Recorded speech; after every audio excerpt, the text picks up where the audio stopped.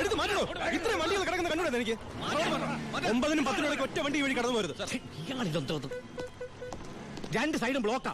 1 മണിക്കൂറൊക്കെ check post അടച്ചിടുക എന്ന് പറഞ്ഞാൽ അത് വേണോ? താനിപ്പോ ഞാൻ പറയുന്ന പോലെ കൊണ്ട് കേട്ടാ മതി. എടുത്ത് മാറ്റണോ വണ്ടി?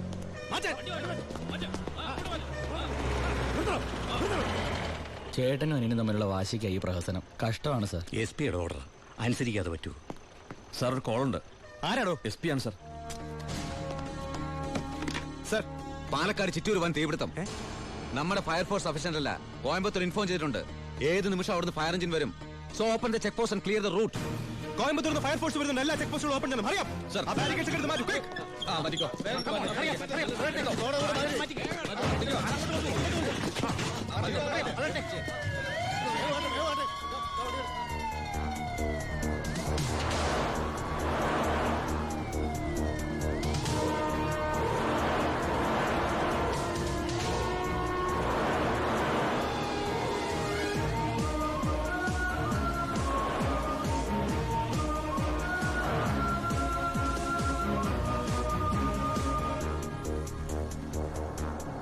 താക്കണോ?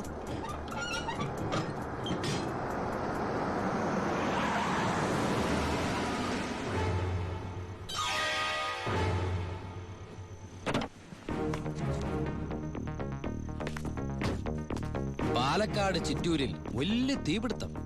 കോയമ്പത്തൂരിൽ നിന്നുള്ള ഫയർ എഞ്ചിൻ ഇതുവഴി കുറച്ചു നേരം മുമ്പ് കടന്നുപോയി. എന്റെ സ്പിരിറ്റുമായിട്ട് ഷാർപ്പ് 10.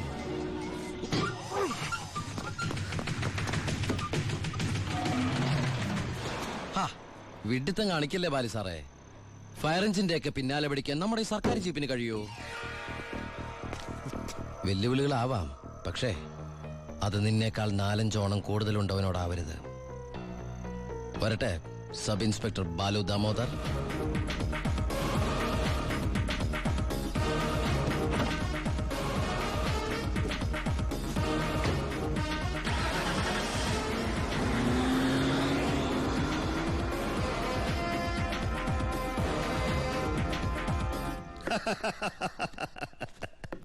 ഇന്നാണ് എന്റെ ജീവിതത്തിലെ ഏറ്റവും സന്തോഷമുള്ള ദിവസം. അവൻ തോക്കണം, തോറ്റു തൊപ്പിയിടണം, അവസാനം ആ തൊപ്പി വലിച്ചെറിഞ്ഞ് മുട്ടുമടക്കണം. ശിവ, നീ എന്താ ഒരു സന്തോഷമില്ലാതിരിക്കുന്നേ?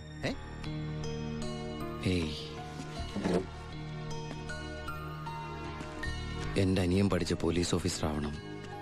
ആരുടെ മുമ്പിലും തലകുനിക്കാത്ത വലിയ ഓഫീസർ. അതായിരുന്നു എന്റെ ആഗ്രഹം. പക്ഷെ അവൻ എന്റെ മുമ്പിൽ തോറ്റപ്പോ ശരിക്കും ഞാനല്ലേ ബൈ തോറ്റത്? ശിവ,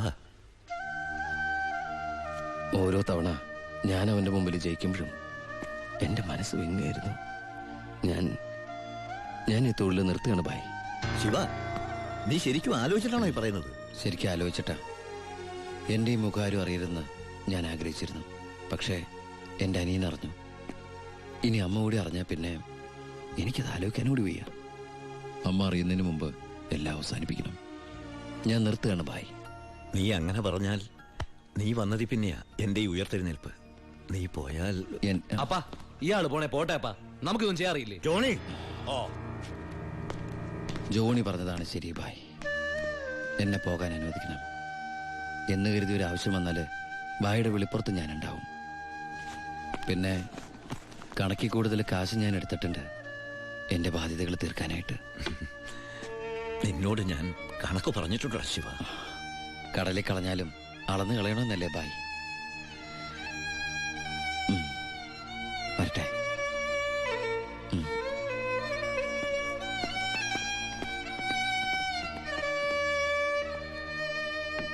ഇപ്പോഴാ നീ ഒരു ആൺകുട്ടിയാണെന്ന് എനിക്ക് തോന്നിയത്. അച്ഛന്റെ കടങ്ങളെല്ലാം വീട്ടി. ഇനി നിനക്ക് ഈ നാട്ടിൽ നെഞ്ച് വിരിച്ച് നടക്കാം. ഇത് നിന്റെ വസ്തുവിന്റെ പ്രമാണം ഒറിജിനൽ. ഇത് ഈ വസ്തു എനിക്ക് തീരെഴുതി തന്ന പ്രമാണം. ഇതൊരു ഉറപ്പിന് വേണ്ടി നിന്റെ അമ്മയുടെ ഞാൻ ഒപ്പിട്ട് മേടിച്ച ബ്ലാങ്ക് പേപ്പറും ചെക്കും. ഇനി എന്നാത്തിനാ നിന്റെ കണ്ണു നിറയുന്നേ? ഇത് തിരിച്ചിട്ടാൻ വേണ്ടി ഞാൻ ഒരുപാട് അനുഭവിച്ചേ. ഇപ്പൊ സന്തോഷമായില്ലയോ? സത്യത്തിൽ നിന്റെ വീടും പറമ്പും എന്റേതാകുമെന്ന് പ്രതീക്ഷിച്ച എന്റെ ഭാര്യ ശോശാമ്മ സ്വപ്നം കണ്ട് കഴിയായിരുന്നു. സാരമില്ല, ഞാൻ അവളെ പറഞ്ഞ് മനസ്സിലായിക്കൊള്ളാം. ആവശ്യം വരുമ്പോ നീ വീണ്ടും എന്റെ അടുത്ത് വരുമെന്ന്.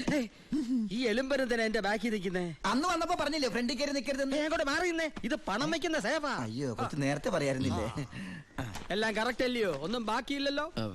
അല്ല, എന്തോ ഒന്നും മറന്ന പോലെ. എനിക്കുള്ളതാണോ? അതെ. എനിക്ക് വേഗം തന്നോ, മറക്കണ്ട. തന്നേ. ഇപ്പോഴെനിക്ക് സമാധാനായത്. പലിശ പലിശ. അപ്പൊ എല്ലാം സെറ്റിലായില്ലേ? അല്ല, കറിയാച്ചിന് ഞാൻ തന്നത് തിരിച്ചു തരാൻ തോന്നുന്നുണ്ടോ? ഇല്ല, വാങ്ങിച്ചേ ശീലമുള്ളൂ, കൊടുത്ത് ശീലമില്ല. അപ്പൊ എല്ലാം പറഞ്ഞ പോലെ നമുക്ക് പിന്നെ കാണാം. ഇങ്ങനെ കാണാനാണ്, ഇനി കാണണമെന്നില്ല. അതൊക്കെ അറിയാച്ചാ. ഇതെന്നാ ചുമ്മാ ഒരു രസത്തിന് രണ്ടടിച്ച ഒന്ന് ഫ്രീ. ഇവിടെ നടന്നത് പുറത്താരോടും പറയണ്ട. പലിശ തവണകളായിട്ട് അടച്ചു തീർക്കേണ്ടവർ ഇതുപോലെ അടിച്ചു തീർക്കും. ഇന്നത്തെ ഇൻട്രസ്റ്റ് എല്ലാം പോയി. കർത്താവേ. തിരുവനന്തപുരത്ത് നിന്ന് വാളയാർ വരെ ഒരു ദിവസത്തെ യാത്രയാ. എന്നാലും വരാതിരിക്കാൻ പറ്റുമോ? പ്രത്യേകിച്ച് ഉണ്ണി വന്നു എന്നറിഞ്ഞപ്പോ. ഇനി കാര്യങ്ങളൊക്കെ തീരുമാനിച്ച് ആ ചടങ്ങ് അങ്ങ് നടത്തണം. അതെ അതെ, കല്യാണം കഴിക്കാതെ ചെറുക്കന് പെണ്ണ് ഒരു വീട്ടിൽ താമസിക്കാന്ന് പറഞ്ഞ നാണക്കേടല്ലേ? അല്ല, ദുബായ്ക്കാരൻ എന്തിയെ? അത്യാവശ്യമായിട്ട് ആരെയോ കാണാൻ പോയിരിക്കുക. വരും. ഓ, ചെറുക്കനെ കുറിച്ച് എന്റെ ബന്ധുവീട്ടുകാരൊക്കെ അന്വേഷിക്കുന്നുണ്ട്. ഞാൻ പറഞ്ഞു വരുമ്പോ ഒരു ഫോട്ടോ കൊണ്ടുവരാന്ന്.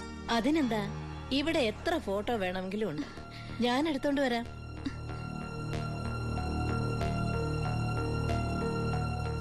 അമ്മേ, ഫോട്ടോ ഒന്നും കൊടുത്തു വിടണ്ടമ്മേ. അതെന്താ? ചെറിയമ്മ ഓരോ കുറ്റവും കുറവൊക്കെ പറഞ്ഞു തുടങ്ങിയ. ഓഹോ, എനിക്ക് വേണ്ട, കൊടുക്കണ്ട. ദാ എന്റെ ഉണ്ണിയന്റെ ഫോട്ടോ. ഇത് പരമശിവല്ലേ? പരമശിവോ? ഇതെന്റെ ഉണ്ണിയേട്ടനാ. 4 കൊല്ലം സെൻട്രൽ ജയിലിൽ കിടന്ന പരമശിവത്തെ എനിക്കറിയില്ലേ? വെറുതെ അല്ല 10 കാശ് സീതനം വേണ്ടെന്ന് പറഞ്ഞ് ഗോപിയെ പിടിച്ചവിടെ നിർത്തിയത്. കൊലയാളിക്ക് വേറെ ആര് പെണ്ണു കൊടുക്കാനാ? എന്തൊക്കെയാണ് ഈ പറയുന്നത്? ഇത് ദിവാകരൻ ഉദ്ദേശിക്കുന്ന ആളല്ല. അതെ. വീട്ടിൽ കയറി വന്ന് എന്റെ ഉണ്ണിനെ കുറിച്ച് അനാവശ്യം പറഞ്ഞാലുണ്ടല്ലോ. തർക്കിക്കണ്ടമ്മേ. ശരിയാ മോനെ, ദുബായ് എന്നും പറഞ്ഞ് നമ്മളെയൊക്കെ പറഞ്ഞ് പറ്റിക്കായിരുന്നമ്മേ ഏട്ടൻ. അയ്യോ,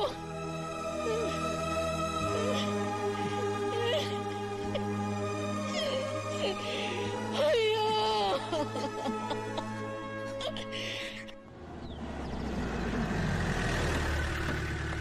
അമ്മേ, അമ്മേ, എടുക്ക. ആ കറിയാച്ചിന് കൊടുക്കാനുള്ള കാശ് മുഴുവൻ ഞാൻ കൊടുത്തു തീർത്തമ്മേ. ഇനി എന്റെ അമ്മയുടെ പേരിൽ ഒരു ബാധ്യതയില്ല. ദാ നമ്മുടെ തറവാടിന്റെ ആധാരം കണ്ട. എന്താ ഭാരതിയമ്മയ്ക്ക് സന്തോഷായില്ലേ? നീയാണോടാ പരമശിവം?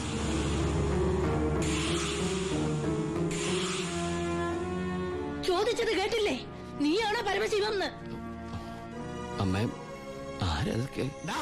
നീ പരമശിവല്ലെന്ന് എന്റെ മുമ്പിൽ വെച്ച് പറയണ നിന്റെ അമ്മയോട്. സാർ, ഈ പാവം പെൺകുട്ടിയുടെ ജീവിതം തകരാതിരിക്കാൻ ഈശ്വരനായിട്ട് അറിയിച്ച തന്നെ. അമ്മ, അമ്മ കരുതുന്ന പോലെ ഒന്നും ഞാൻ അമ്മ, എല്ലാം ഞാൻ അവസാനിപ്പിച്ചു. ഇനി ഒരു തെറ്റും ഞാൻ ചെയ്യില്ല. വേണ്ട, എനിക്കൊന്നും കേൾക്കണ്ട. നിന്നെ പോലൊരു മകനെ എനിക്ക് വേണ്ട. നിന്നെ കാണുന്നത് തന്നെ എനിക്ക് പേടിയാ.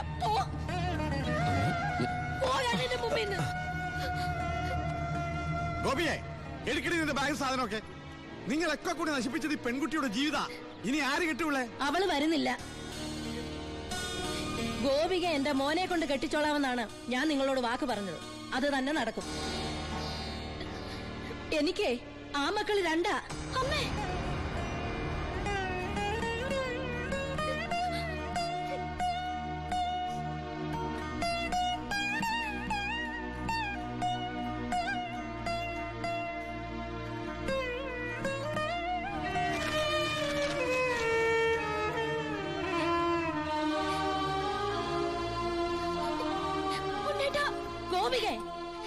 ഇല്ലമ്മേ, ഇങ്ങനെ ഒരു കല്യാണത്തിന് ഞാനും കൂടി സമ്മതിക്കണ്ടേ? നിങ്ങളൊക്കെ കരുതുന്ന പോലെ ഉണ്ണിയേട്ടൻ എന്നെ ചതിച്ചിട്ടില്ല. എല്ലാം എനിക്കറിയായിരുന്നു. നിങ്ങൾക്കൊക്കെ വേണ്ടിയ ഉണ്ണിയേട്ടൻ.